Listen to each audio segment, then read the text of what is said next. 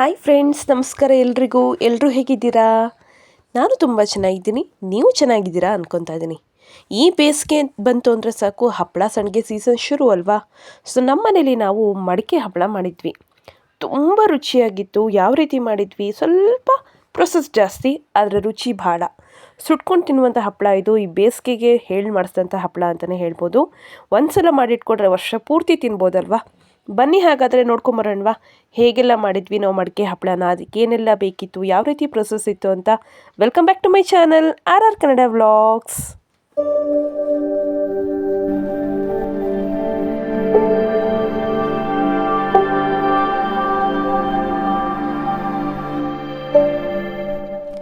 ಸಿಂಪಲಾಗಿ ನಾನು ಪ್ರೊಸೆಸ್ನ ತೋರಿಸ್ತಾ ಬರ್ತೀನಿ. ಇಲ್ಲಿ ಸ್ಟೆಪ್ ಬೈ ಸ್ಟೆಪ್ ಇದೆ. ವಿಡಿಯೋ ಕೊನೆ ತನಕ ನೋಡಿ, ಯಾವುದೇ ಕಾರಣಕ್ಕೂ ಮಿಸ್ ಮಾಡಬೇಡಿ, ಅಂದರೆ ಮಾತ್ರ ಗೊತ್ತಾಗೋದು.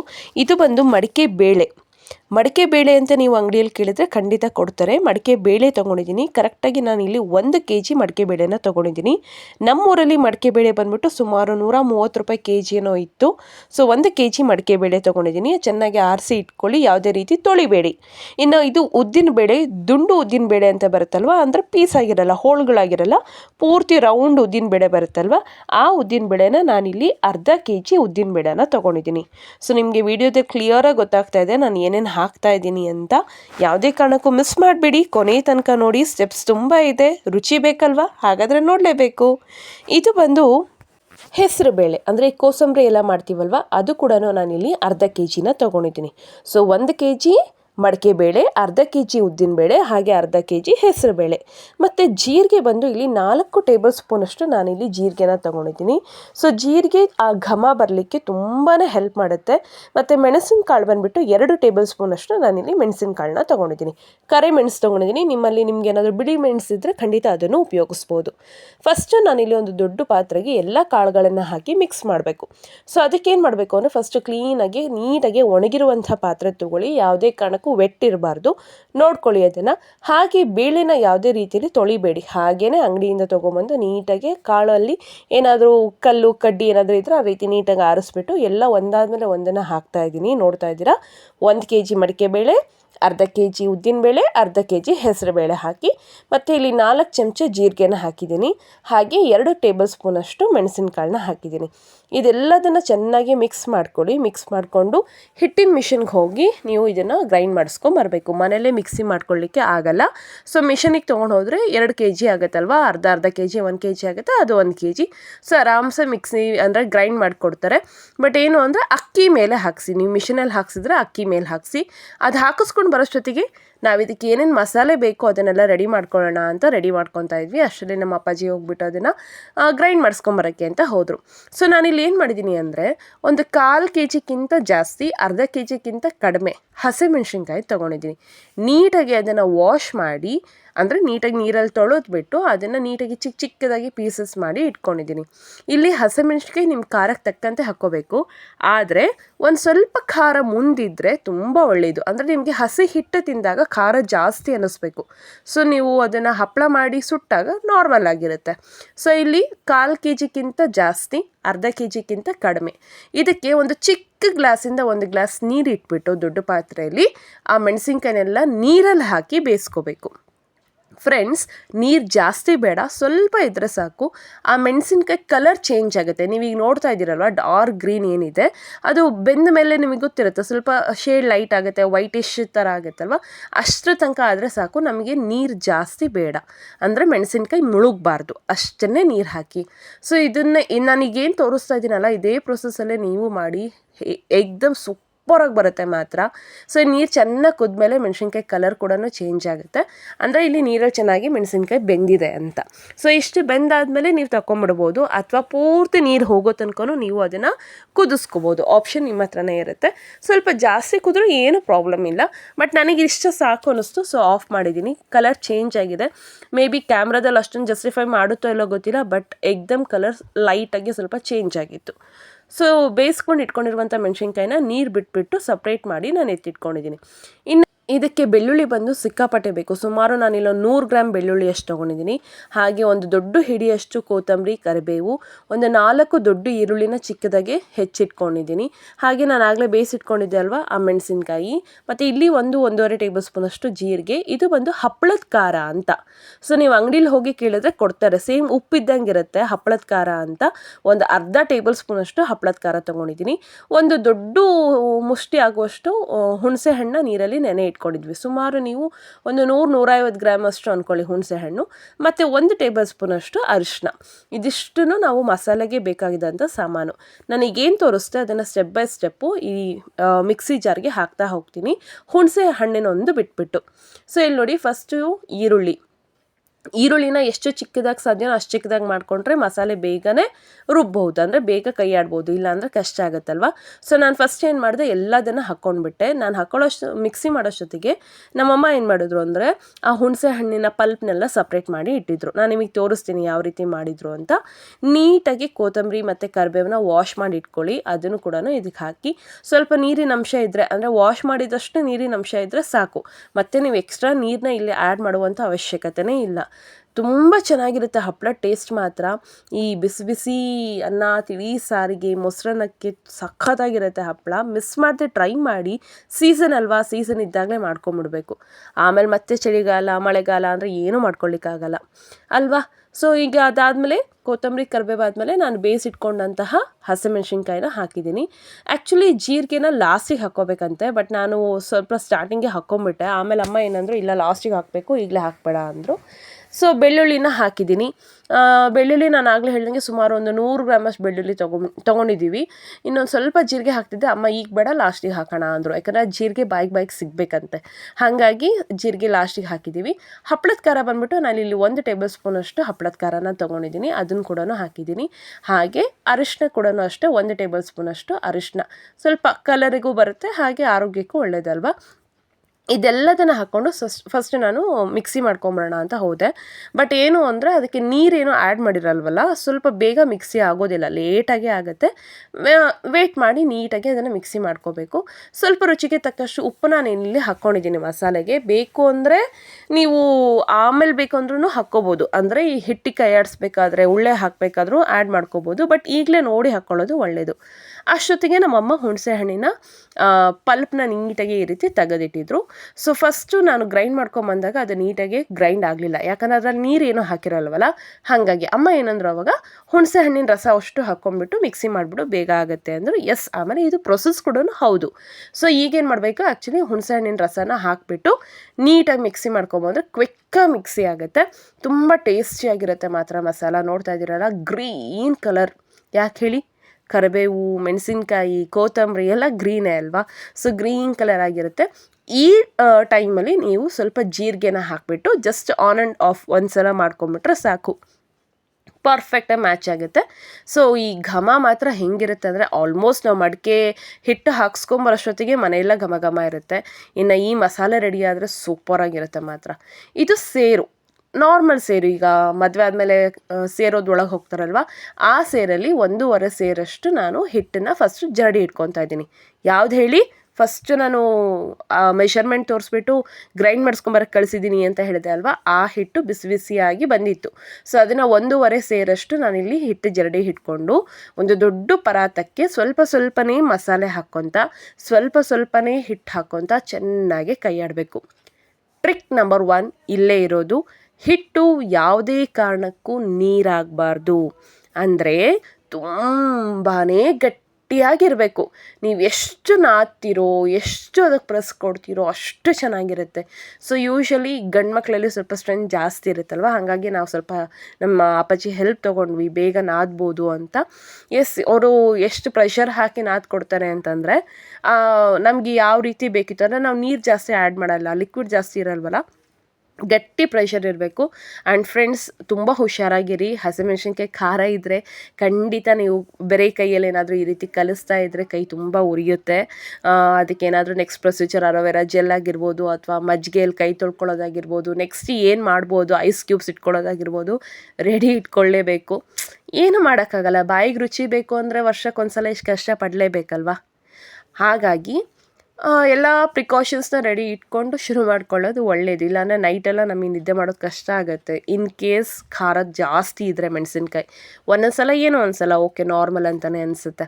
ಸ್ವಲ್ಪ ಸ್ವಲ್ಪನೇ ಹಿಟ್ಟು ಹಾಕೊಳ್ತಾ ನೀವು ಕಲಿಸ್ತಾ ಬರಬೇಕು. ಒಂದೇ ಸಲ ಅಷ್ಟು ಹಿಟ್ಟು ಹಾಕ್ಕೋಬೇಡಿ, ಒಂದೇ ಸಲ ಅಷ್ಟು ಮಸಾಲೆನೂ ಹಾಕ್ಕೋಬೇಡಿ. ಆ ಹಿಟ್ಟಿಗೆ ಆ ಮಸಾಲೆ ಎಷ್ಟು ಹಿಡಿಯುತ್ತೋ ಅಷ್ಟರ ಮಟ್ಟಿಗೆ ಮಾತ್ರ ಮಾಡ್ಕೊತ ಬಂದರೆ ಸಾಕು. ಸೊ ಮೆಲ್ಲಕ್ಕೆ ಕಲಿಸ್ತಾ ಇದ್ದಷ್ಟು ನಿಮಗೆ ಗೊತ್ತಾಗ್ತಾ ಬರುತ್ತೆ ಎಷ್ಟು ಹಿಟ್ಟು ಹಿಡಿಯುತ್ತೆ ಅಂತ. ನಾನು ಎಂಡಿಂಗಲ್ಲಿ ತೋರಿಸಿದ್ದೀನಿ. ಅಂದರೆ ಹಿಟ್ಟು ಪೂರ್ತಿ ಕಲಿಸಿದ ಮೇಲೆ ಯಾವ ಹದಕ್ಕೆ ಇರಬೇಕು ಅದು. ನೀವು ಬೆಟ್ಟಿಟ್ಟು ತೋರಿಸಿದ್ರೆ ಹಿಟ್ಟು ಒಳಗೆ ಹೋಗಬಾರ್ದು, ಅಷ್ಟು ಗಟ್ಟಿಯಾಗಿ ಕಲಿಸ್ಬೇಕು. ಸೊ ನಾನು ಆಲ್ರೆಡಿ ನಿಮ್ಗೆ ಹೇಳಿದೆ ಅಲ್ವಾ, ನಾವಿಲ್ಲಿ 1.5 ಸೇರಷ್ಟು ತೊಗೊಂಡಿದ್ವಿ ಹಿಟ್ಟನ್ನ, ಜರಡಿ ಹಿಡ್ಕೊಂಡಿದ್ದೆ ಅಲ್ವಾ.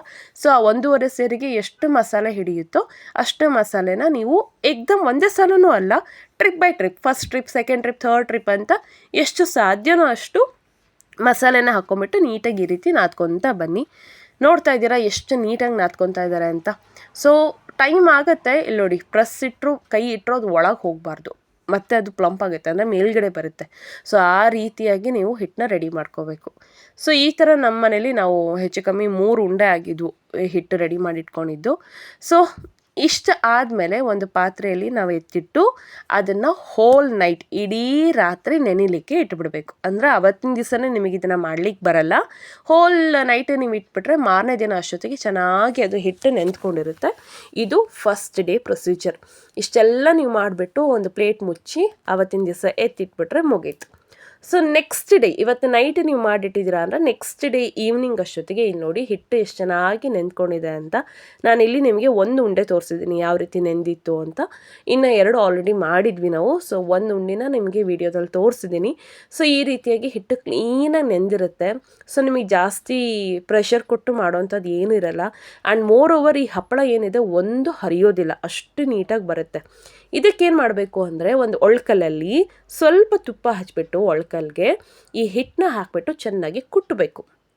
ಅಂದರೆ ಸ್ವಲ್ಪ ಪ್ರೆಷರ್ ಕೊಡಬೇಕು. ಅದಕ್ಕೆ ಪ್ರೆಷರ್ ಕೊಟ್ಟಾಗ ಏನಾಗುತ್ತೆ ಅಂದರೆ ಆಲ್ರೆಡಿ ನೆಂದಿರೋ ಹಿಟ್ಟು ಚೆನ್ನಾಗಿ ಮೆತ್ತಗೆ ಹಗುರವಾಗುತ್ತೆ. ಸೊ ಇದು ತುಂಬಾ ಇಂಪಾರ್ಟೆಂಟ್. ಎಷ್ಟು ನೀಟಾಗಿ ನೀವು ಕುಟ್ತೀರಲ್ವ ಅಷ್ಟು ನೀಟಾಗಿ ಅದು ಹಪ್ಪಳ ಚೆನ್ನಾಗಿ ಬರುತ್ತೆ. ಸೊ ಸ್ವಲ್ಪ ನಾನು ಆಗಲೇ ಹೇಳ್ದಂಗೆ ಪ್ರೊಸೀಜರ್ ಜಾಸ್ತಿನೇ ಇರುತ್ತೆ. ಮಿಸ್ ಮಾಡದೆ ನೀವು ಕೊನೆ ತನಕ ನೋಡಿದ್ರೆ ಮಾತ್ರ ನಿಮಗೆ ಕಂಪ್ಲೀಟಾಗಿ ಅರ್ಥ ಆಗುತ್ತೆ ಹೇಗೆಲ್ಲ ಮಾಡಬೇಕು ಅಂತ. ಬಟ್ ಆಗಲೇ ಹೇಳ್ದಂಗೆ ನಾನು ರುಚಿಗೋಸ್ಕರ ಅಂತೂ ನಾವು ಮಾಡಲೇಬೇಕು. ಹೊಟ್ಟೆ ಪಾಡಲ್ವಾ, ಹೊಟ್ಟೆ ಕೇಳುತ್ತೆ, ನಾಳಿಗೆ ಕೇಳುತ್ತೆ, ಬಾಯಿ ಕೇಳುತ್ತೆ ರುಚಿ ರುಚಿಯಾಗಿ ಏನಾರು ತಿನ್ನಬೇಕು ಅಂತ. ಅದಕ್ಕೋಸ್ಕರ ವರ್ಷಕ್ಕೊಂದಿನ ಕಷ್ಟಪಟ್ಟರೆ ಏನೂ ಸಮಸ್ಯೆ ಇಲ್ಲ ಅಂದ್ಕೊತೀನಿ. ಬಟ್ ಇದು ಒಬ್ಬರೇ ಮಾಡೋದು ಕಷ್ಟ ಆಗುತ್ತೆ. ಅಫ್ಕೋರ್ಸ್ ಯಾರಾದರೂ ಒಬ್ಬರು ಜೊತೆಗಿದ್ದರೆ ಸ್ವಲ್ಪ ಬೇಗನೆ ಮಾಡ್ಬೋದು. ಇಲ್ಲ ಅಂದರೆ ಡೆಫಿನೆಟ್ಲಿ ಒಬ್ಬರೇ ಮಾಡೋದು ಸ್ವಲ್ಪ ಕಷ್ಟನೇ ಅನಿಸುತ್ತೆ. ನಿಮ್ಮ ಮನೇಲಿ 1 ಕೆ ಇದ್ದರೆ 1 ಕೆಲೂ ಮಾಡ್ಬೋದು. ಆ್ಯಕ್ಚುಲಿ 1 ಕೆ ತೊಗೊಳ್ಳೋಣ ಅಂದ್ರೆ ಅಮ್ಮ ನಾನು ವೀಡಿಯೋಗೆ ಅದು ಹೈಟ್ ಆಗುತ್ತಮ್ಮ ಬೇಡ ಚಿಕ್ಕದ್ರಲ್ಲೇ ಮಾಡೋಣ ಅಂದೆ. ಸೊ ಈ ಪುಟ್ಟು ಕುಟ್ಟೋದು ಬರುತ್ತಲ್ವ ಅದ್ರ ಕಲ್ಲನ್ನ ನಾವಿಲ್ಲಿ ಒಳ್ಕಲ್ಗೆ ಉಪಯೋಗಿಸ್ತಾ ಇದ್ದೀವಿ. ಇದು ಆ್ಯಕ್ಚುಲಿ ಒಳ್ಕಲ್ ಬಂದುಬಿಟ್ಟು ತುಂಬ ದೊಡ್ಡದಿದೆ. 1 ಕೆಲಿ ಆರಾಮ್ಸೆ ಮಾಡ್ಬೋದಿತ್ತು. ಬಟ್ ನಾವೇ ಸ್ವಲ್ಪ ರಿಸ್ಕ್ ತೊಗೊಂಡು ಇಲ್ಲ ಇದರೊಳಗೆ ಮಾಡೋಣ, ವೀಡಿಯೋ ನೀಟಾಗಿ ಕವರ್ ಆಗುತ್ತೆ ಅಂದ್ಬಿಟ್ಟು ಮಾಡಿದ್ವಿ. ಇಲ್ಲಿ ನೋಡ್ತಾ ಇದ್ದೀರಾ ನೀವು ಯಾವ ರೀತಿ ನೆಂದಿದೆ ಅಂತ. ಬಿಕಾಸ್ ಕಲರ್ ಚೇಂಜ್ ಆಗಿದೆ ಅಲ್ವಾ. ನಾವಿಲ್ಲಿ ತುಪ್ಪ ಹಚ್ಚಿದಕ್ಕೆ ಕಾರಣ ಏನು ಅಂತಂದರೆ ಯೂಶ್ವಲಿ ಎಲ್ರಿಗೂ ಗೊತ್ತಾಗ್ಬಿಡುತ್ತೆ, ಆ ಹಿಟ್ಟು ಆ ಒಳ್ಕಲ್ಗೆ ಅಂಟುಬಿಡುತ್ತೆ. ಸೊ ಅಂಟಬಾರ್ದು ಅನ್ನೋವಂಥ ಒಂದೇ ಕಾರಣಕ್ಕೆ ನಾವು ನೀಟಾಗಿ ತುಪ್ಪ ಹಚ್ಕೊಂಡ್ವಿ. ಇಲ್ಲಿ ಒಂದೊಂದು ಉಂಡೆ, ನಾನೇನು 3 ಉಂಡೆ ಮಾಡಿದ್ದೆ ಅಲ್ವಾ, ಆ 1 ಉಂಡೆನ ಮ್ಯಾಕ್ಸಿಮಮ್ ಅಂದರೂ ಒಂದು 10 ನಿಮಿಷ ಈ ರೀತಿ ನೀಟಾಗಿ ಕುಟ್ಟಬೇಕು. ನೀವು ಎಷ್ಟು ನೀಟಾಗಿ ಕುಟ್ಟುತ್ತೀರೋ ಅಷ್ಟು ನೀಟಾಗಿ ಅದು ಹೊಂದಿಕೊಡುತ್ತೆ, ಅಷ್ಟು ಮೆದುವಾಗುತ್ತೆ, ಅಂದರೆ ಹಿಟ್ಟು ಮೆದುವಾಗುತ್ತೆ. ಸೊ ನೀವು ಲಟ್ಟಿಸ್ತಾ ಹೋದಂಗೂ ಅಷ್ಟು ಚೆನ್ನಾಗಿ ಬರುತ್ತೆ. ಆ್ಯಂಡ್ ಫ್ರೆಂಡ್ಸ್, ಈ ಹಪ್ಪಳ ಯಾವುದೇ ಕಾರಣಕ್ಕೂ ಪ್ರೆಸ್ಸರಲ್ಲಿ ಮಾಡಲಿಕ್ಕೆ ಬರಲ್ಲ. ನಾನು ಪ್ರೆಸ್ಸರಲ್ಲಿ ಟ್ರೈ ಮಾಡ್ತೀನಿ ಅಂದರೆ ಬರಲ್ಲ, ಯಾಕಂದರೆ ಅದು ಸ್ಪ್ರೆಡ್ಡು ಆಗೋಲ್ಲ. ಸೊ ನೀವು ಉಜ್ಜಲೇಬೇಕು, ಅಂದರೆ ಈ ಲತುಡಿಯಲ್ಲಿ ಲಟ್ಟಿಸ್ಲೇಬೇಕು, ಇಲ್ಲಾಂದರೆ ಸಾಧ್ಯನೇ ಇಲ್ಲ. ಸೊ ಒಂದು 5 ನಿಮಿಷ ಅವ್ರು ಕುಟ್ಟಿದ್ರು, ಮತ್ತೊಂದು 5 ನಿಮಿಷ ನಾನು ಕುಟ್ಟಿದೆ. ಸೊ ಅಷ್ಟೊತ್ತಿಗೆ ಅದು ನೋಡಿ ಆಲ್ಮೋಸ್ಟ್ ಮೆತ್ತಗೆ ಆಗ್ತಾ ಬಂದಿದೆ. ತುಂಬ ಪ್ರೆಷರ್ ಏನು ಬೇಡ, ನೀವು ನಾರ್ಮಲ್ ಪ್ರೆಷರಲ್ಲಿ ಕುಟ್ಟಿದ್ರು ಸಾಕು, ಆರಾಮ್ಸೆ ಅದು ಹಿಟ್ಟು ಮೆತ್ತಗಾಗುತ್ತೆ. ಸೊ ನೋಡಿ, ನಿಮ್ಮ ಮನೇಲಿ ಯಾರೆಲ್ಲ ಈ ರೀತಿ ಟ್ರೈ ಮಾಡ್ತೀರಾ ಅಂತ ಕಮೆಂಟ್ ಮಾಡಿ ತಿಳಿಸಿ. ಅಥವಾ ನಿಮ್ಮಮ್ಮ ನಿಮ್ಮ ಅಜ್ಜಿ ಯಾರೆಲ್ಲ ಈ ರೀತಿ ಮನೇಲಿ ಮಾಡ್ತಾಯಿದ್ರು, ನೀವು ಚಿಕ್ಕವರಿದ್ದಾಗ ಸಮ್ಮರ್ ಹಾಲಿಡೇಸ್ ಅಂತ ಊರಿಗೆ ಹೋದಾಗ ಮನೇಲಿ ಎಲ್ಲರೂ ಸೇರ್ಕೊಂಡು ಮಾಡ್ತಾಯಿದ್ರಿ ಅಲ್ವಾ. ಸೊ ಯಾರೆಲ್ಲ ಟ್ರೈ ಮಾಡ್ತಾಯಿದ್ರಿ ಅಂತ ಖಂಡಿತವಾಗ್ಲೂ ನನಗೆ ಕಮೆಂಟ್ ಬಾಕ್ಸಲ್ಲಿ ತಿಳಿಸಿ, ನನಗೂ ಖುಷಿ ಆಗುತ್ತೆ. ಹಾಗೆ ಮಿಸ್ ಮಾಡದೆ ಈ ರೆಸಿಪಿನ ಮಾಡಿ ನೋಡಿ, ಖಂಡಿತ ನೀವೇ ಹೇಳ್ತೀರಾ ತುಂಬ ಥ್ಯಾಂಕ್ ಯು, ತುಂಬ ಟೇಸ್ಟಾಗಿತ್ತು ಅಂತ. ಇಲ್ಲಿ ನೋಡಿ ಚೆನ್ನಾಗಿ ನಾದಾದ್ಮೇಲೆ ಈ ರೀತಿ ಹೊಂದ್ಗೂಡಿದೆ. ಕಲರ್ ಏನು ಚೇಂಜ್ ಆಗಿತ್ತು ಅದೆಲ್ಲ ಈಕ್ವಲ್ ಆಗಿದೆ ಅಲ್ವಾ. ಸೊ ನಾನೀಗ ಡೈರೆಕ್ಟು ಗ್ರಾನೈಟ್ ಮೇಲೆ, ಅಂದರೆ ನಮ್ಮದು ಡೈನಿಂಗ್ ಟೇಬಲ್ ಗ್ರಾನೈಟ್ ಹಾಕ್ಸ್ಬಿಟ್ಟಿದ್ದೀವಿ ನಾವು. ಸೊ ಆ ಗ್ರಾನೈಟ್ ಮೇಲೆ ನೀಟಾಗಿ ಅದನ್ನು ಹಾಕ್ಕೊಂಡು ಉಳ್ಳಿ ಮಾಡಿ ಹಾಕ್ತಾಯಿದ್ದೀವಿ. ಅಂದರೆ ಪುಟ್ಟು ಬಾಲ್ಸ್ ಥರ ಮಾಡಿ ಹಾಕ್ಕೊತೀವಲ್ಲ, ಲಟ್ಟಿಸ್ಲಿಕ್ಕೆ ಬರೋ ಥರ. ಸೊ ಆ ರೀತಿ ರೆಡಿ ಮಾಡ್ಕೊತಾ ಇದ್ದೀನಿ. ಸೊ ಅದನ್ನು ಫಸ್ಟು ಒಂದು 2 ಭಾಗವಾಗಿ ಮಾಡಿಕೊಂಡು, ಆಲ್ರೆಡಿ ತುಪ್ಪ ಅದರಲ್ಲಿ ಇರುತ್ತೆ, ಬೇಕು ಅಂದರೆ ನೀವು ಒಂಚೂರು ಕೈಗೆ ತುಪ್ಪ ಹಚ್ಕೋಬೋದು, ಅಂದರೆ ನಿಮ್ಮ ಕೈಗೂ ಅಂಟೋದಿಲ್ಲ ಅದು. ಇಲ್ಲ ಅಂದರೆ ಈ ಚಪಾತಿ ಉಳ್ಳಿ ಮಾಡಿ ಹಾಕ್ತಾರಲ್ವ, ಆ ರೀತಿ ನೀಟಾಗಿ ಉದ್ದವಾಗಿ ನಾದ್ಕೊಂಡ್ಬಿಟ್ಟು ಉಳ್ಳಿ ಮಾಡಿ ಹಾಕ್ಬೋದು. ನೋಡಿ ಇಲ್ಲಿ ನಾನು ಹಾಕ್ತಾಯಿದ್ದೀನಿ ಯಾವ ರೀತಿ ಅಂತ. ನಿಮ್ಮ ಇಷ್ಟ, ನಿಮ್ಗೆ ಈ ರೀತಿ ಅನುಕೂಲ ಆದರೆ ಈ ರೀತಿಯೂ ಹಾಕ್ಬೋದು, ಇಲ್ಲ ನಮಗೆ ಡೈರೆಕ್ಟ್ ಹಾಗೆ ಕಿತ್ತು ಹಾಕ್ತೀನಿ ಉಳ್ಳಿ ಮಾಡ್ಬೋದು ಅಂದರೆ ಖಂಡಿತ ಹಂಗೂ ಮಾಡ್ಬೋದು. ಬಟ್ ಇದು ಏನಂದರೆ ಮೆಷರ್ಮೆಂಟ್ ನೀಟಾಗಿ ಬರುತ್ತೆ ಅಂತ. ಎಲ್ಲ ಹಪ್ಪಳ ಒಂದೇ ಹದಕ್ಕೆ ಬರಬೇಕು ಅಂದರೆ ಸ್ವಲ್ಪ ಈ ರೀತಿ ಮಾಡ್ಕೊಳ್ಳೋದೇ ಒಳ್ಳೆಯದು. ಸೊ ನನಗೆ ನಮ್ಮ ಮನೇಲಿ ಎಸ್ಪೆಷಲಿ ನಮಗೆ ಅದೇನೋ ಒಂಥರ ಪಂಕ್ಚುಯಾಲಿಟಿ ಅಂತಾರಲ್ಲ, ಆ ರೀತಿ ನೀಟಾಗಿರಬೇಕು. ಸೊ ನಾನಿಲ್ಲಿ ವಿತ್ ಮೆಷರ್ಮೆಂಟ್ 1 ಇಂಚಿಗೆ 1 ಉಳ್ಳೆ ಬರಬೇಕು ಅಂತ ಆ ರೀತಿ ಕಟ್ ಮಾಡಿ ಹಾಕ್ತಾಯಿದ್ದೀನಿ. ಸ್ಟಾರ್ಟಿಂಗ್ ಒಂದು ಪೂರ್ತಿ ನಾನು ಈ ಒಂದು ರೋಲ್ ಪೂರ್ತಿ 1 ಇಂಚ್ ಒಂದು ಹಾಕಿದೆ. ಆಮೇಲೆ ಅಮ್ಮ ಬೇಡ ಒಂಚೂರು ದೊಡ್ಡದು ಮಾಡು ಅಂದರು. ಸೊ ಆಮೇಲೆ ಒಂದು ಸ್ವಲ್ಪ ಉಳ್ಳೆ ದೊಡ್ಡದು ಮಾಡಿ ಹಾಕಿದ್ದೀನಿ. ನಿಮಗೆ ತೋರಿಸ್ತೀನಿ ಯಾವ ರೀತಿ ಮಾಡಿದ್ವಿ ಅಂತ. ಅದಾದಮೇಲೆ ಕೈಗೆ ಒಂಚೂರು ತುಪ್ಪ ಹಚ್ಕೊಂಡು ನೀಟಾಗಿ ಹೀಗೆ ರೋಲ್ ಮಾಡಿದ್ರೆ ಅದು ಶೈನಿಂಗ್ ಬರಬೇಕು. ನೋಡಿ ಇಲ್ಲಿ ಯಾವ ರೀತಿ ಶೈನಿಂಗ್ ಬಂದಿದೆ ಅಂತ. ಸೊ ಈ ಶೈನಿಂಗ್ ಬಂದಿರುವಂಥ ಉಳ್ಳೆನೆಲ್ಲ ನಾವು ಒಂದು ಕಡೆ ಹಾಕ್ತಾ ಬಂದಿದ್ದೀವಿ. ನೋಡ್ತಾ ಇದ್ದೀರಲ್ವ, ಸುಮಾರು ನಾವು 285 ಹಪ್ಪಳ ಮಾಡಿದ್ವಿ ಅನಿಸುತ್ತೆ. 2 kg ಹಿಟ್ಟಲ್ವ, 2 kg ಹಿಟ್ಟನ್ನ ನಾವು ಒಂದು ದಿನ ಅಥವಾ ಇವತ್ತಿನ ದಿವಸ ಒಂದು 200 ಹಪ್ಪಳ, ಮಾರನೇ ದಿನ ಒಂದು 80-90 ಹಪ್ಪಳ, ಮಾರನೇ ದಿನ ಸುಮಾರು 285ರಿಂದ 290 ಹಪ್ಪಳ ಆಗಿತ್ತು. ಅಬ್ಬಪ್ಪ ಅಂದರೆ 300 ಹಪ್ಪಳ ಅಂದ್ಕೊಳ್ಳಿ. ಯಾಕೆ ಅಂದರೆ ಟೇಸ್ಟ್ ಚೆನ್ನಾಗಿತ್ತು ಅಂತ ನಮ್ಮನೇಲಿ ನಾನು ನಮ್ಮಮ್ಮ ಈ ಹಸಿ ಹಿಟ್ಟನ್ನ ತಿನ್ನೋದು ಜಾಸ್ತಿ. ಹಾಗಾಗಿ ಒಂದು 10 ಉಳ್ಳಿ ಅಂತೂ ಗುಳುಮ್ ಹೋಗಿಬಿಟ್ಟಿರುತ್ತೆ ಹಸಿ ಹಿಟ್ಟೆ. ಅದು ಬಿಟ್ಟರೆ ಅದನ್ನು ಮೇ ಬಿ ಸೇರಿಸಿದ್ರೆ 300 ಹಪ್ಪಳ ಆಗ್ತಿತ್ತೋ ಏನೋ, ಆಗಲಿಲ್ಲ. ಅದನ್ನು ಬಿಟ್ಟು ಈ ರೀತಿ ನೀಟಾಗಿ ಜೋಡಿಸಿಟ್ಕೊಂಡ್ರೆ ಈ ರೀತಿ ಕಾಣಿಸ್ತಾ ಇರುತ್ತೆ. ತುಪ್ಪ ಹಚ್ಚಿ ಮಾಡಿರೋದ್ರಿಂದ ಸ್ವಲ್ಪ ಶೈನಿಂಗ್ ಕೂಡ ಇರುತ್ತೆ, ನಿಮ್ಮ ಕೈಗೂ ಅಂಟೋದಿಲ್ಲ. ಇದಾದಮೇಲೆ ನಾವು ಲಟ್ಸೋದು ಹೇಗೆ ಅಂತ ತೋರಿಸಿದ್ದೀನಿ. ಎಲ್ಲ ವ್ಯೂವರ್ಸಿಗೆ, ನನ್ನ ಕುಟುಂಬದವ್ರಿಗೆ, ಅಂದರೆ ಈ ನನ್ನ ಯೂಟ್ಯೂಬ್ ಕುಟುಂಬದವ್ರಿಗೆ ಹೆಲ್ಪ್ ಆಗಲಿ ಅಂತ ಡೀಟೇಲಾಗಿ ತೋರಿಸಿದ್ದೀನಿ. ಮೇ ಬಿ ಹೆಲ್ಪ್ ಆಗುತ್ತೆ ಅಂದ್ಕೊತೀನಿ. ಸೊ ಈ ರೀತಿ ಒಂದು ಮೀಶೋದಲ್ಲಿ ತರಿಸ್ಕೊಂಡಂಥ ಒಂದು ಏನಂತಾರೆ ಶೀಟ್ ಮೇಲೆ ಆ ಹಪ್ಪಳದ ಹಿಟ್ಟೆ ನಾವೇನು ಮಿಷನ್ ಮಾಡಿಸ್ಕೊಂಬಂದಿದ್ವಿ ಅಲ್ವ, ಅದೇ ಹಿಟ್ಟನ್ನು ನಾವಿಲ್ಲಿ ಉದ್ಲಿಕ್ಕೂ ತೊಗೊತಾ ಇದ್ದೀವಿ. ಹಿಟ್ಟು ಜಾಸ್ತಿ ಹಿಡಿಯೋದೇ ಇಲ್ಲ, ಸ್ವಲ್ಪ ಹಿಟ್ಟು ಹಾಕ್ಕೊಂಡ್ರೆ ಸಾಕು, ಆರಾಮ್ಸೆ ಲಟ್ಸ್ಬೋದು. ಆಮೇಲೆ ಜಾಸ್ತಿ ಹಿಟ್ಟು ಹಾಕ್ಕೊಳ್ಳಿಕ್ಕೂ ಹೋಗಬೇಡಿ, ಆರಾಮ್ಸೆ ಮೂವ್ ಆಗುತ್ತೆ ನಿಮಗೆ. ನೀಟಾಗಿ ಈ ರೀತಿ ಲಟ್ಸ್ಕೊತ ಬಂದರೆ ಆಯಿತು. ಎಷ್ಟು ಸಾಧ್ಯನೋ ನಿಮಗೆ ಅಷ್ಟು ಅಂಚಂಚು, ಅಂದರೆ ಮಧ್ಯ ಅಲ್ಲ ಎಂಡ್ ಭಾಗದಲ್ಲಿ ನೀಟಾಗಿ ಎಳ್ಕೊತ ಬಂದು ಆ ಹಪ್ಪಳನ ದೊಡ್ಡದಾಗಿ ಮಾಡ್ತಾ ಹೋಗಬೇಕು. ನಾವಿಲ್ಲಿ ತುಂಬ ದೊಡ್ಡದು ಮಾಡಲಿಲ್ಲ, ಯಾಕಂದರೆ ಅಷ್ಟೊಂದು ದೊಡ್ಡದು ಒಬ್ರಿಗೆ ಒಂದು ಪೂರ್ತಿ ತಿನ್ನಲಿಕ್ಕೂ ಆಗಲ್ಲ ಅಲ್ವಾ. ಸಾಕು, ಮ್ಯಾಕ್ಸಿಮಮ್ ಒಂದು ಪೂರಿ ಹದಕ್ಕೆ ಸಾಕು ಅಂದ್ಬಿಟ್ಟು ಸ್ವಲ್ಪ ಉಳ್ಳೆ ಚಿಕ್ಕದೇ ಹಾಕಿದ್ವಿ ನಾವು. ಸೊ ಈ ರೀತಿ ನೋಡಿ ಎಷ್ಟು ನೀಟಾಗಿ ರೌಂಡಾಗಿ ಬರ್ತಾ ಇದೆ ಅಂತ. ನಿಮ್ಮ ಮನೇಲಿ ಈ ಥರ ಗೆರೆ ಇರುವಂಥ ಲತುಡಿ ಇದ್ದರೆ ಅದರಲ್ಲೇ ಮಾಡ್ಕೋಬೋದು, ಇಲ್ಲ ನಾರ್ಮಲ್ ಲತುಡಿ ಇದ್ದರೆ ಅದರಲ್ಲೂ ಮಾಡ್ಕೋಬೋದು. ಇದೇ ಬೇಕು ಅಂತ ಏನಿಲ್ಲ. ಸೊ ಈ ರೀತಿಯಾಗಿ ಒಂದರ ಮೇಲೆ ಒಂದು ನಾವು ಒಂದು ಕಡೆಯಿಂದ ಜೋಡಿಸ್ತಾ ಬರ್ತಾ ಇದ್ದೀವಿ. ಇದಾದಮೇಲೆ ನಾವು ಕ್ಲೀನಾಗಿ ಒಣಗಿ ಹಾಕಿದ್ವಿ. ಅಂದರೆ ಅವತ್ತಿನ ದಿವಸ ರಾತ್ರಿ ನಾವು ಅಲ್ಲೇ ಡೈನಿಂಗ್ ಟೇಬಲ್ ಮೇಲೆ ನೀಟಾಗಿ ಹಾಕಿಬಿಟ್ಟು ಒಂದು ಬಟ್ಟೆ ಮುಚ್ಚಿಟ್ಟಿದ್ವಿ, ಚೋಟಪಂಚಿ ಥರ ಅಥವಾ ಪಂಚೆ ಏನಿದ್ದಾರೋ ಅದನ್ನು ಮುಚ್ಚಿಟ್ಬಿಟ್ರೆ ಆಯಿತು. ಮಾರನೇ ದಿನ ನಾವು ಅದನ್ನು ಅಷ್ಟು ಹಪ್ಪಳನ ಬೆಳಗಿನ ಜಾವ ಚುಮ್ಮು ಬಿಸಿಲಿಗೆ ಒಂದು ಸ್ವಲ್ಪ ಹೊತ್ತು, ಒಂದು 2 hours ಹೊರಗಡೆ ಬಿಸಿಲಿಗೆ ಇಟ್ಟಿದ್ವಿ. ಇದು ನೆರಳಲ್ಲೇ ಒಣಗಿಸುವಂಥ ಹಪ್ಪಳ, ಬಿಸಿಲು ಬೇಕೇ ಬೇಕು ಅಂತ ಏನಿಲ್ಲ. ನಮ್ಮದು ಕಿಟಕಿಯದೇ ಬಿಸಿಲು ಸಿಕ್ಕಾಪಟ್ಟೆ ಬರುತ್ತೆ, ಸಾಕು ಅಂದ್ಬಿಟ್ಟು ಇದರಲ್ಲೇ ಇಟ್ಟಿದ್ವಿ. ಆಲ್ರೆಡಿ 3/4 ಭಾಗ ಒಣಗಿಬಿಟ್ಟಿತ್ತು. ಸೊ ಬೆಳಗ್ಗೆ ಎದ್ದು ಒಂದು ಸ್ವಲ್ಪ ಇನ್ನೂ ಸ್ವಲ್ಪ ಹೊತ್ತು ಬಿಸಿಲಲ್ಲಿ ಇಟ್ವಿ. ಇಲ್ಲಿ ನೋಡಿ ಜೀರಿಗೆ ನಾನು ಆಗಲೇ ಹೇಳಿದೆ ಅಲ್ವ, ಲಾಸ್ಟಿಗೆ ಹಾಕಿದ್ರೆ ಈ ರೀತಿ ಹಪ್ಪಳದಲ್ಲಿ ನೀಟಾಗಿ ಕಾಣಿಸುತ್ತೆ, ಇದಕ್ಕೋಸ್ಕರ ಹಾಕಬೇಕಷ್ಟೆ. ಸೊ ಇದೆಲ್ಲ ಆದಮೇಲೆ ನಾವು ಬಿಸಿಲಲ್ಲಿ ಇಟ್ಟು ಒಣಗಿಸ್ಕೊಂಡು ಬಂದಮೇಲೆ ಯಾವ ರೀತಿ ಕಾಣಿಸ್ತು ಅಂತ ನಿಮಗೆ ತೋರಿಸ್ತೀನಿ. ಎಷ್ಟು ನೀಟಾಗಿ ಅರೇಂಜ್ ಮಾಡಿದ್ವಿ ಅಲ್ವಾ, ನಮಗೆ ಒಂಥರ ಖುಷಿ ಆಗ್ತೈತೆ, ವಾವ್ ಎಷ್ಟು ಚೆನ್ನಾಗಾಗಿದೆ ಅಲ್ಲ ಹಪ್ಪಳ ಅಂತ. ಆಮೇಲೆ ಒಂದು ಹಪ್ಪಳ ಸೀಳೋದು ಒಡೆಯೋದು ಏನೇನೂ ಆಗಿರಲಿಲ್ಲ. ಎಲ್ಲ ಒಣಗಿದ್ಮೇಲೆ ಈ ರೀತಿ ಟಬ್ಬಲ್ಲಿ ತುಂಬಿ ಎತ್ತಿಟ್ಟಿದ್ವಿ.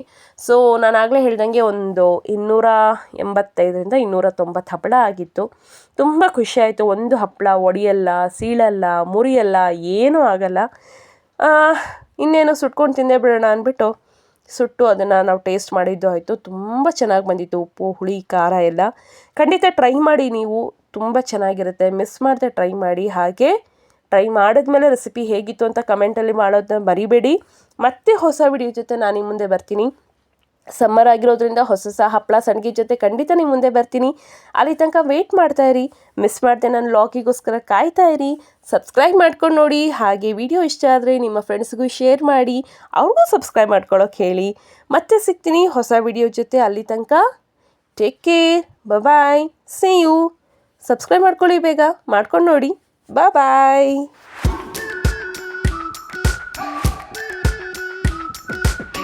We've been waiting for so long. We've been waiting for this time to begin. We ain't getting any older. I kinda feel a little younger.